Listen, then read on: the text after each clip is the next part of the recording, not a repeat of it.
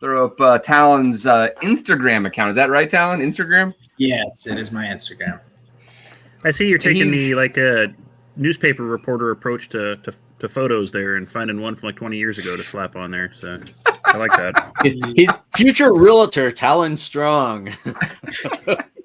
Well, Talon does have a perfect broadcasting name. He doesn't even need to change his name for if he was a radio host or anything. It's like a DJ name already set up. No, can you imagine like a broadcast with Iron Eagle and Talon Strong? I mean, it's perfect. It's so set up. I mean, he might be calling football games for like Auburn or Georgia Southern, but maybe Nebraska someday. No, he's already. That's right. Well, Talon, thanks for joining us here. It should be fun. I've wanted to have you on the show for a long time, and with Honky like incognito right now, we figured like, what the heck? Let's bring a Redcast Junior on and talk a little bit about just your fandom. And we have, let's see if I make sure I bring up the correct fan forum show. We have this now. We've done this multiple times, right, Rob? Honky and you have done some fan forums and have brought some pretty illustrious guests on. And we have 4 basic questions. Why you're a Huskers fan? What's your favorite memory as a Husker fan? Who's your all-time favorite Huskers? And what happens by season's end? Or let's just kind of, project out and talk about the next few years of Husker football. So, Talon, you ready for this? Yeah, I think so. Ready for it your whole life, right? Oh man, I was born for this, I think. All right. Well, the easiest question is the first one. Why are you a Husker fan? Well, I mean, it's pretty simple. Really, I was born into it. I mean, my mom was always a big Husker You're my nephew. fan. Of course you were born into it. Yeah, I've been rocking Husker gear since I was a baby. It's kind of part of my family. My mom's always been into it. My grandpa was always into it. It's just it's hard to really fathom because you don't think you're gonna choose a team when you're young and rock with them forever. And it's just kind of how it went. Even all my brothers watched Nebraska football. It's just how it was in the house. And if you didn't watch Nebraska football, then you were less liked. So it's just how it is. I've always loved them. Now, Talon, you're the youngest of 5 boys, right? Yeah. So you pretty much had like half a team right there. So yeah. We were doing tackling drills in the living room when we were younger. So we've always been ready. That's right. I mean, that's pretty typical of Nebraska fans. You are typically born into it, and that helps you get through some of the lean years, obviously, right? Now, as I was alluding to, Boomer and I, we can go back to the 80s and 90s, and we have a lot of awesome memories. But even though you haven't had that large catalog, I'm hopefully you've got a few of them over the last 21 years. Are you 20 or 21? I'm 20. 20. All right, 20 years of your life. So what are your favorite memories? I think the top one is probably the Amir Abdullah, one of the final plays of the game against McNeese State to win the game after playing maybe one of the worst football games we've ever played.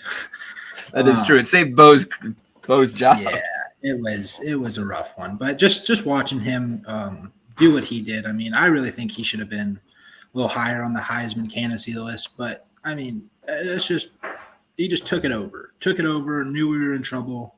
And that's just the type of player he was. I think another big moment that I really enjoyed was probably the Ron Kellogg Hail Mary to Jordan Westerkamp. Yeah. That's a big one. So, yeah, there's a couple other ones sprinkled in there. They're kind of sad. So, that's all right. That's real, though. Like, what was one of the more, like, disappointing memories? Like, one where we lost the game or whatever? I think you got to go back to 2009. Big 12 championship game, Texas. Yeah, absolutely. I was there, man. Watching Ndamukong Suh throw Colt McCoy was probably one of the happiest days of my life. And then just how we lost. We really got cheated out of a Big 12 title, and I think it's all politics. So that was a really sad one for me. Yeah, no, that's great. That's great. Boomer, what do you think about some of those memories? Well, they're interesting. It's just, like you said, Dave, it's just fascinating to see the difference, from like our memories, like you said, to memories nowadays is, hey, we got by that FCS team with a miraculous play by one of our It was a running great backs in moment, decades. but it is a great time moment, but man, that's tough, So. And the Northwestern victory, to your point. Yeah, the Northwestern victory. Yeah, it's different era, that's for sure. So it's a kind of admire people that can be fans through that. So we had it easy in a lot of ways. Now, Rob, I mean, you became a Husker fan about time or Talon really started to probably pick up steam because 2010 or so, probably, or fair to say? I mean, hardcore, yes. And I talked about this a little bit on the Gen Red podcast on there. Hardcore, yes, and it's your fault, actually. I know. I had recently moved, like I was living in Thornton, and then I moved to Denver just so I could be closer to you guys and in our Husker fandom. That's not true, but sort of. And but it's good for the podcast. Closer to you guys because most of my friends lived in Denver at the time. So, I got you. And and I mean that wasn't even. So I guess my question, Rob, it was Pelini, and Pelini wasn't losing a ton, right? I mean, we used to talk about how we were one of the best 5 teams in college football during that period during Pelini's years because we had like as many wins as like Alabama and Georgia, or like we consistently won 9 to 10 games. Yeah, sure. Rob, I guess my question to you is like, do you have some of those similar memories? Are some of your top ones in the last 10 or 12 years, or do you have different ones in that same period? I don't know, man. I was so drunk for so many of those games. The truth comes out. It was $2 Rolling Rocks at the Giggling Grizzly. What do you expect from me? You know what I mean? But what about like the Michigan game, Michigan State game? I mean, when but you weren't there because I think you were at. I was at the game, but I was Riley's catch. I was at the bar, and all the Michigan, and I was friends with a lot of Michigan State fans who were also regulars at that bar, which I was a regular at. So I was watching the game with them, and again, I mean, that was probably one of the top ones. And I could remember watching the Wisconsin game and just crying myself to sleep that night, thinking like, I'm in it now. Like, this is, I actually care. I'm losing sleep over that loss. Like the time we actually came back to beat Wisconsin. Yeah. That was, he's still running. Yeah. We had a commenter there talking about Alex Henry and his 57-yard field goal to beat Colorado. Talon actually took your older brother to that game, so that was his first game as a Husker. So that's kind of cool. Yeah, I think that's his favorite memory, actually of the Huskers. I think that was a really big. That one. Came right in at us, and then Sue obviously finishes the game off. So, all right. Well, you talked about Sue a little bit. Who are your all-time favorite Huskers? Got to go Sue. Yeah. I guess I'm just going to say the ones that I really know because I don't know the greatness and how everything worked out from the 80s and 90s, but probably Sue. I was a really big fan of Amir Abdullah. Mm-hmm. Kenny Bell was a big favorite of mine. Yeah. And maybe there's Prince Amukamara. Yeah, sure. Yeah, I got a lot of them. So, but yeah, those probably my top. A lot of the guys that went off and had success at the NFL level too. Yes. Yeah, those are probably my top 4. Maybe you could throw in Rex Burkhead, but there's a ton. Yeah. Now Boomer has lived many lives, and he actually remembers the 1915s and 20s. So he's bringing up Guy Chamberlain and probably Sam Francis. Wow. Boomer, right? You love Sam Francis. Vic Halligan would be in the team. That's right. You do like Vic Halligan. Yep. He's a deep cut. He was. Or Dick Rutherford was also a good one. So. I don't think I've ever heard of those names. So. Well, we do have some really good Nebraska history shows. So if you do want to take a deeper dive, Honky and Boomer had a great show with Mike Babcock earlier this year, and a few others like that. Tom Chatella had a great show with us a few years ago at the Colorado rivalry. So you and the other Redcast listeners can always go back to the archive and listen in. Those are some timeless shows. Yeah, see what it feels like to really win, Well, we don't know how that feels on the podcast, Talon. That's fair. That's right. All right. So the big question, and since we're already kind of turning to next season here, I don't want to ask the question, how do you think we're going to do this year? Because that's just cruel to you. But how do you think we'll do next year with a new head coach? I think it depends on who we get, right? I mean, you could say we're going to do great, but we've thought we were going to be great, for the past, 4 years since Frost, 5 years since Frost got here. So that's the truth. I don't know if I have a ton of expectations right now. I think I want to definitely see who they hire first and go from there. I just don't know if I can really give myself high expectations anymore. Just to be let down just by, the first game of the year usually. So that's the truth. You won't be drinking the Kool-Aid by, August next year. Is that what you're saying? If we can get a guy in who brings what Nebraska needs, I'll drink the Kool-Aid full on and full in. But, we hire another guy like Mike Riley, and we might have a little bit of an issue. That is a good question. What does Nebraska need from your perspective?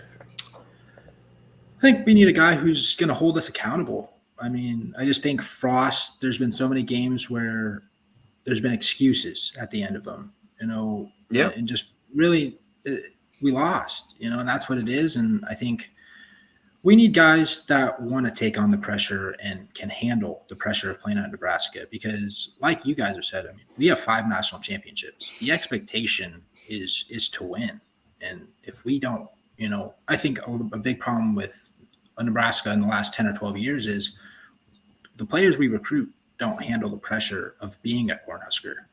And I think that's the biggest problem with it is I mean, we can get all the great coaches we want, but until players start living up to what we're asking them to live up to, I just don't think it's going to matter, because you look at these great dynasties like Alabama and what Georgia's doing now, and they have guys who look at the pressure and say, that's what I want. I want to go out there and I want to play the best teams every single day. And if we lose, we're going to come back even hungrier. So I think it's just about a guy who's going to get in there, hold us accountable, and it's a need to win, and these kids need to know that. It's not, let's be mediocre again. 9-4, and there's a reason we fired Pelini. 9-4 wasn't good enough. It just wasn't. Because we can go 9-4 consistently and lose every big game we play. That's just not Nebraska football. That's well said, Talon. That's well said. I mean, that accountability part is about the culture building, right? And we need a program builder this time around. Yes. And it's hard to say who that is, to your point of like trying to, say it has to be someone who has Power 5 experience or has been a head coach for a long time. You have success. Ryan Day was not a head coach before he's had success at Ohio State. Lincoln Riley wasn't a head coach. That's all those type of things. Different but those situation. are.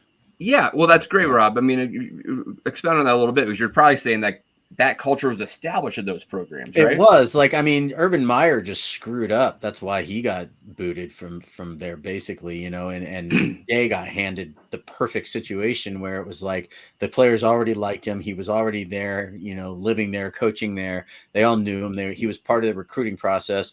And then, and I would love to get to that culture. I guess that's my point, is that, that would be the ideal situation, right? Like, and I mean, so I think most people agree with you, Rob, and I think it's where Boomer's been at, and I think Talon's kind of the same thing, is that we need someone that has some sort of a proven track record as a head coach, because we don't have the culture, and that's the biggest thing that has clearly been missing for. I'd like to get a guy we don't have to have this conversation again for 20 years. Yeah. I'll take 5 or 10, for God's sakes. Yeah, that's like I want people making jokes like, "Oh, look, they kicked a field goal. Nebraska's new coach just got another 2-year extension. Like we do with Ferentz. You know what I mean? Like that's kind of the same thing, because at least Ferentz has a culture. You know what you're going to expect from Iowa every single year, and they're going to be one of those teams that a couple plays here and there, and they're going to be one of the best teams in the country. But a couple plays here and there, and they're going to go, 8-4. So it's like, and consistently go 8-4. But does that also come from less expectations coming into every year? Because I don't think anyone every year is going, "Oh, Iowa's going to be this spectacular team." You know, we know what they Alan, are. my Twitter's about to blow up because of you. I'm sorry. But, from Iowa fans. I think we know what Iowa always is. They're a very disciplined team. They're not going to pass the ball very well, but they're always going to have a solid offensive line, great tight ends, running backs who can hit the hole, and a disciplined defense. And I think, but no one's ever coming in looking at Iowa saying, "Oh, this is going to be a top 10 team." Whereas every year in Nebraska, it doesn't matter what we finished the last year. It's that we have expectations to win a Big Ten championship. We're the off-season champs every year, Talon. Yeah, pretty much. And I think that's a big thing is, we just don't have guys who want to live up to it or can live up to it, or we haven't had the coaches to get the best out of them.